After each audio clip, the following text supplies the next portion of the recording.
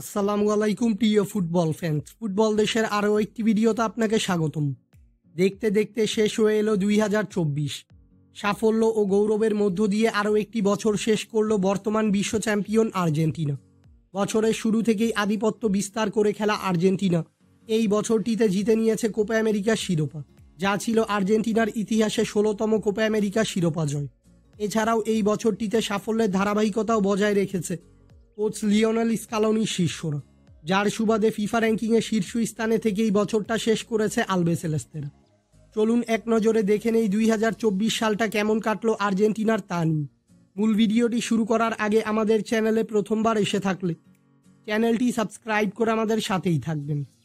2024 সালে FIFA friendly বিশ্বকাপ বাছাই পর্ব ও কোপা আমেরিকা মিলিয়ে আর্জেন্টিনা ম্যাচ খেলেছে সর্বমোট 16টি, যেখানে জয় পেয়েছে মোট 13টি ম্যাচে, বিপরীতে পরাজিত হয়েছে মাত্র 2টি ম্যাচে এবং বাকি একটি ম্যাচ ড্র করেছে। এই 16টি ম্যাচ খেলে আর্জেন্টিনা গোল করেছে সর্বমোট 33টি। বিপরীতে এই 16টি ম্যাচে আর্জেন্টিনা গোল হজম করেছে মাত্র 8টি।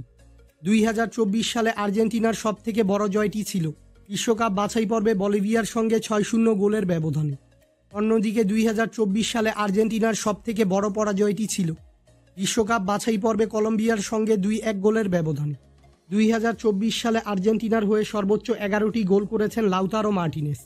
এছাড়াও এ বছরটিতে জাতীয় দল থেকে অবসর নিয়েছেন ডি মারিয়া। পরিশেষে বলা যেতেই পারে 2024 সালটা বেশ ভালোভাবেই কাটিয়েছে মেসির নেতৃত্বাধীন আর্জেন্টিনা। ফুটবলের সকল নিউজ এবং আপডেটস পেতে আমাদের চ্যানেলটি সাবস্ক্রাইব করবেন এবং আমাদের সাথেই থাকবেন। ধন্যবাদ।